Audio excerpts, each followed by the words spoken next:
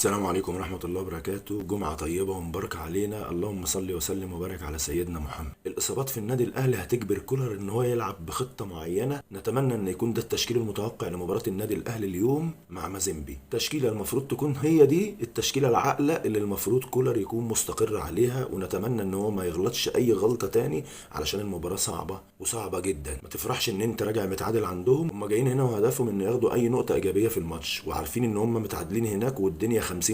والمدرب بتاعهم قال كده في المؤتمر الصحفي ان هو جاي وعارف ان جمهور الاهلي هو العامل الاساسي للفريق، وعارف ان هو كان ممكن يوصل ل80,000 ولكن اكتشفت ان هو 50,000. وفي كلتا الحالتين احنا جايين وعارفين ان احنا بنلاعب فريق مع 11 افريقيا، وانا جاي بلعب على البطوله وبس، مش هفكر في الجماهير. اللعيبه جاهزه ومش شاغلها الجماهير، وكل حاجه احنا مركزين فيها كويس جدا. تعالوا نقول التشكيله المتوقعه لمباراه اليوم. محمد هاني، محمد عبد المنعم، رامي ربيعه، علي معلول، ده المفروض ان هو يكون خط الدفاع. في خط النص بقى قفشه، كوكا والسولية، دول مهمين جدا بكره، عشان خط النص هو اللي هيحجم الماتش، ولازم يكون معاك 3 أقوياء زي دول تبتدي بيهم الماتش علشان ما يحصلش اي دروب تندم عليه. يجي في اليمين بقى عندنا بيرسي تاو، والناحية التانية احمد عبد القادر، الراجل فايق والدنيا تمام، وهتحتاج لعبد القادر جدا بعد المجهود اللي عمله الماتش اللي فات.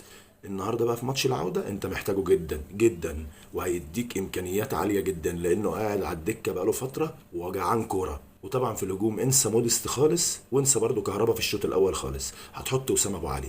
وطمنكم وطمن جمهور الاهلي وطمن اي حد اهلاوي ان شاء الله هنخرج بنتيجه ايجابيه مليون في الميه، بس لو لعب بخطه زي كده محكومه وما الفش وما تكبرش ونزل لنا موديست، ضيع لنا لاعب جوه الملعب باصراره على موديست. كل ما بيلعب موديست بيبقى بنلعب 9 لعيبه فقط لا غير، لان موديست بينزل ما بيعملش اي جديد، ما بيضيفش اي جديد. انت عايز بس وسام ابو علي توصل له الكوره ومالكش دعوه.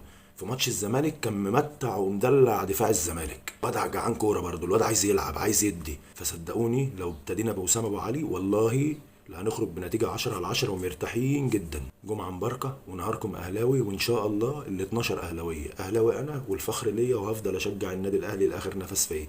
السلام عليكم.